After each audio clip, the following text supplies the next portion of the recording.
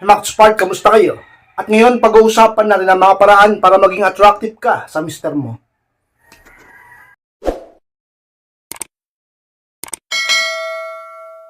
At kung handa na kayong lahat, masarap po tayo. At muli, be inspired.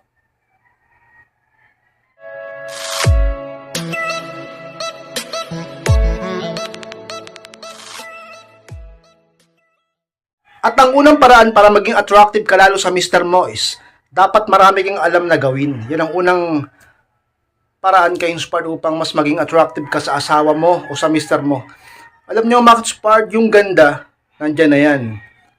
Yung pagmamahal niya sa'yo, andyan na yan.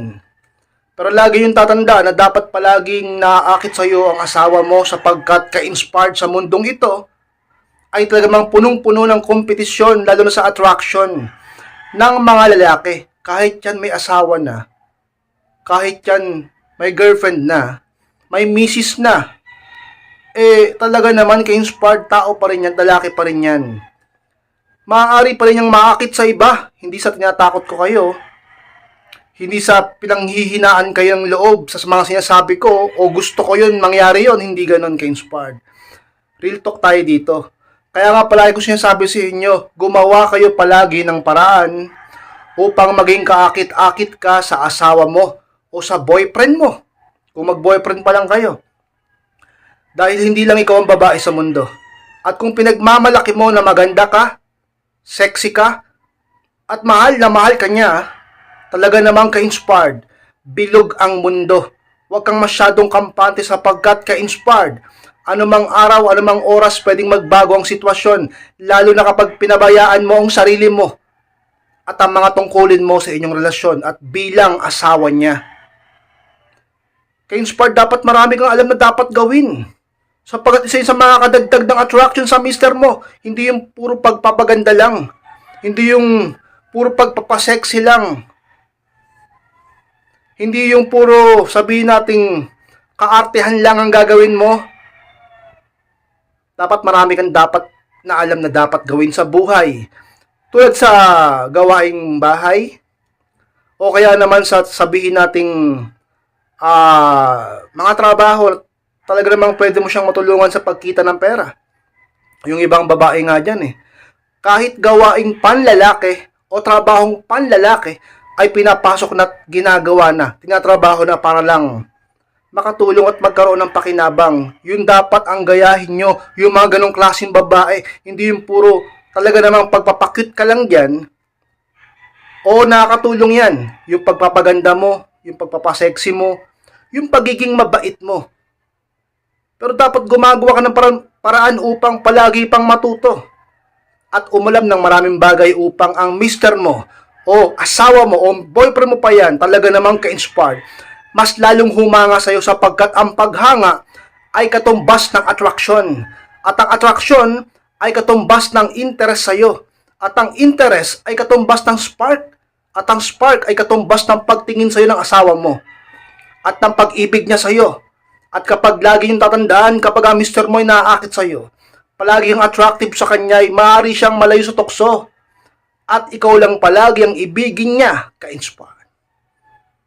Pangalawang paraan, Max Inspired, upang maging kaakit-akit o attractive sa Mr. Mois, suotin mo yung mga gusto niya sa'yo. Yun ang pangalawang paraan at sikreto ka-inspired upang ang Mr. Mo, talaga namang asawa mo, ay mas lalong maakit sa'yo o maging mas attractive ka sa mga mata niya. Kailangan kung ano yung gusto niya na sinusuot mo, yun ang suotin mo.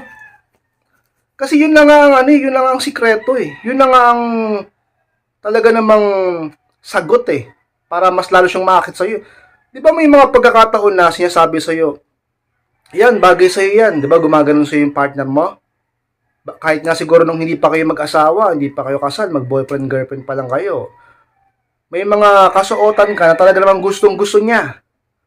Kung minsan nga nare-request niya pa na 'yan ang suotin mo Na 'yun ang suotin mo. Yung problema sa ibang babae diyan, ang titigas ng ulo. Alam na nga kung ano yung gusto ng mister niya o boyfriend niya na sinusuot niya, ang gusto pa rin, masusunod yung gusto niya. Pwede naman yung ganon, pero ka-inspired. Siyempre, kung ano yung gusto ng partner mo, pinag-uusapan natin dito kung paano siya mas lalong maaakit sa'yo. Di ba? Sabihin ng iba ka-inspired, ayoko naman kasi nung pinapasuot niya sa akin. Pagka ganyan, bakit? Yun lang ba? Yun lang ba? Ang talaga namang napansin niya na bagay sa'yo. Siguro may mga iba pang kasuotan na gusto niya at gusto mo rin. Di ba? Di yung suotin mo. Yung mga ayaw mo na gusto niya, di pag-usapan nyo, sabi mo sa kanya, di mo talaga gusto yan. Pero di naman siguro lahat ng gusto niya ayaw mo. Di ba? Ka-inspired sa mga paraan. Tips ko sa inyo, kung gusto mo na ang mister mo o kahit boyfriend mo pa lang yan, ay mas lalong makakit sa'yo. Kung ano yung gusto niyang sinusuot mo, na talaga namang alam mo o napapansin mong gustong-gusto niyang sinusuot mo, basta hindi naman sobrang laswa o sobrang hindi na maganda, suotin mo upang yan talaga namang hindi lang maakit sa'yo, kundi maging maligaya pa ka-inspired.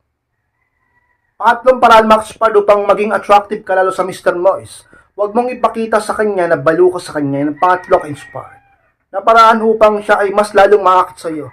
Paano mas lalong maakit sa iyo yan kung pinapakita mo na ikaw ang akit na akit sa kanya? Sa pamamagitan ng pinaparamdam mo na ikaw ay baliw na baliw sa kanya, sa pag-ibig at pagmamahal sa kanya. Sabihin natin yun ang totoo, pero dapat marunong kang mag-control sa sarili mo upang hindi mo siya masyadong mabalidate at hindi lumaki ang ulo niya at hindi maging masyadong kampat at magmayabang sa iyo. Talaga namang ka-inspired. Matuto kayo magpigil at mag-control ng inyong emosyon. Mauunawaan ko, masyado pa kayong mga bata, yung iba sa inyo may mga edad na di pa rin marunong sa emosyon at sa sarili. Masyado mo pa rin pinapakita dyan sa mister mo na sobrang baliw ka sa kanya. Kaya ngayon ang nangyayari, binabaliwala ka at iniisi-isi ka na lang sapagkat alam niya ang sitwasyon niya sa puso mo. Alam niyang mahal na mahal mo siya. Kaya yung iba nga, walang pakundangan kung gumawa ng kalokohan Kasi alam niya na handa mo siyang tanggapin muli. Dahil balo ka nga sa kanya, kaya huwag mong ipakita na balo ka sa kanya upang hindi mo siya masyadong ma-validate, hindi lumaki ang ulo niya, at lagi pa rin siya mag-effort at maghabol sa iyo, at lagi pa rin siyang may takot at hindi maging kalmado masyado pagdating sa iyo. At lagi pa rin siyang ka-inspired, maakit sa iyo, sapagkat maaakit lang sa iyo ang isang lalaki kung siya ay hindi masyadong kampante. Paano siyang maaakit sa iyo kung masyado siyang kampante sa iyo sapagkat alam niyang balo ka sa kanya? Hindi ba't maaakit siya sa iba pagka ganon? Sapagkat alam niya na kung anong lagay niya sa puso mo. Wala nang challenge. Wala siyang dapat habulin pa. Sapagkat kitang-kita niya at ramdam na ramdam niya kung anong sitwasyon niya pagdating sa iyo. Alam niyang mahal na mahal mo siya. Kaya naman, pigilan mo ang sarili mo upang siya ay hindi masyadong magmalaki na sobrang gwapo, sobrang mahal na mahal mo siya, upang siya ay hindi maakit sa iba't laging sa'yo lang, sapagkat ang validation ay napakahalaga. Yun ang hahabulin niya sa'yo. Huwag mong ipakitang sobrang mahal mo siya, ka-inspired. Pang-apat na paraan, Max-Pard, upang mabalo sa'yo at ma-attract lalo sa'yo ang Mr. Moise, alagaan mo yung mukha mo, yung pang-apat ka-inspired. Oo, ka-inspired. Hindi nakakatawa yan. Alam nyo, ang mga lalaki, kung tawagin mga visual kami, kumbaga sa na-attract kami sa mga magaganda. Oo, kami mga lalaki, na-attract kami sa mga magaganda. At syempre naman, ano pa bang unang nakikita? Halos araw-araw, yung mukha mo. Hindi lang naman yung katawan mo Hindi lang naman yung forma mo. Hindi lang naman yung ugali mo. Hindi lang naman yung pagkilos mo. Hindi lang naman yung pakending, pakembot-kembot mo.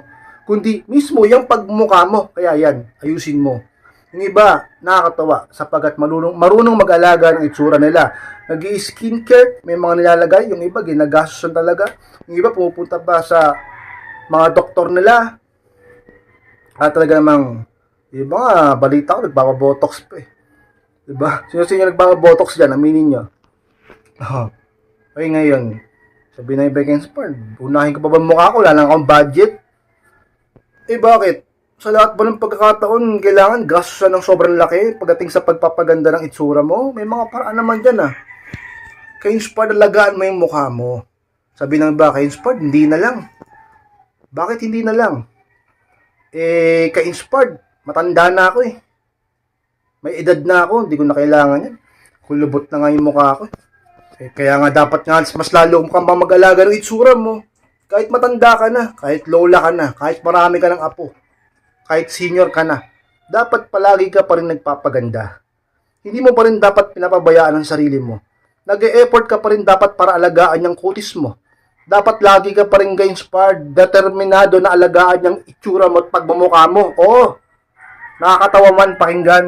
O para sa iba ay nakakatawa man. Pero ka-inspired, malaking impact niyan. Talaga namang seryoso ako sa bagay na ito. Magpaganda ka, ayusin at alagaan mo yung mukha mo sapagkat isa sa mga sikreto upang ang mister mo o asawa mo, partner mo ay laging maakit sa iyo sapagkat ka-inspired. Napakalakas ng tukso sa paligid niya upang siya ay sa iyo lang laging umibig at maakit. Ka-inspired. Alamang paraan ma-inspired upang maakit lalo sa iyo ang Mr. Moise. Huwag puro kain, mag-exercise ka. Palima ka-inspired. Alam nyo, isa inyo, puro lamon eh. Ang sarap lumamon kasi talaga.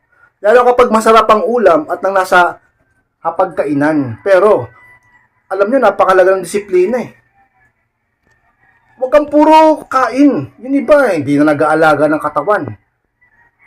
Bagsak na ang kalusugan mo, bagsak pa ang katawan mo, ang physical na anyo mo. Sapagkat wala kang disiplina, lamon ka ng lamon. Kaya inspired, masarap eh. Pampatanggal ko to ng stress eh. Ano bang pakialam mo? Walang pakialamanan. Di lumamon ka. Huwag ka mag-iyak-iyak o huwag kang masasaktan kapag pinagpalit ka ng mister mo sa iba. Yung iba sa inyo, nagmamatapang pa dyan. Baala siya. Iwan niya ako. Ganon. Ganon. Ganyan ang dahilan mo. Ganyan kakatapang. Ka-inspired, huwag ganyan. May kanya-kanya tayong responsibilidad sa relasyon. Isa sa mga responsibilidad ng isang lalaki at babae ay ang alagaan ng kanilang kalusugan at ang kanilang katawan at ang kanilang itsura. Hindi lang para sa kanilang sarili, hindi lang para sa kanilang trabaho, sa mga tao at sa mundo, kundi mismo syempre sa partner nila. Sabi na, hindi man mahalaga ang itsura, ka-inspired, hindi man mahalaga yung katawan, pagpapasexy na yan, kain tayo. Anong hindi mahalaga? Mahalaga yan. Yung iba sa inyo, puro may forever, may forever. Paano ka magkaroon ng forever? Tingnan mo, kakasakit ka na, kakalamon mo. Ka-inspired yung mister ko, pinagpalit ako sa mas bata. Pinagpalit ako sa mas sexy. Hindi ka kasi nag-exercise. Siya kasi may kasalanan, pinapakain niya ako ng pinapakain. Padala ng pasalubong, dala-dala ng ulam, luto ng luto. Kung kasi siya ka-inspired chef, nasa sayo pa rin yan. Disiplina sa mga sikreto sa buhay. Ulitin ko, ang disiplina ang isa sa mga sikreto sa buhay. Kaya nga ako disiplina ko sarili ko, ilang linggo ako hindi nakapag-vlog. Para sa inyo. Siyempre, nakakaano rin eh. Pag palagi mong ginagawa, minsan kailangan din natin magpahinga. Pero hindi dapat magpabaya. Kailangan lumaban sa buhay. Kailangan mo rin labanan yung ka-irresponsibilidad mo at kawalan mo ng disiplina sa paglamon. Mag-exercise ka, inspired, magpa-sexy. Kahit may edad ka na. Kahit hindi ka totally pinanganak na maganda. Kahit mahirap ka lang. Kahit hindi pogi yung mister mo. Kahit hindi macho yung mister mo. Mahal mo pa rin yan. Asawa mo pa rin yan. Magpaganda ka. Magpa-sexy ka. Mag-ayos ka.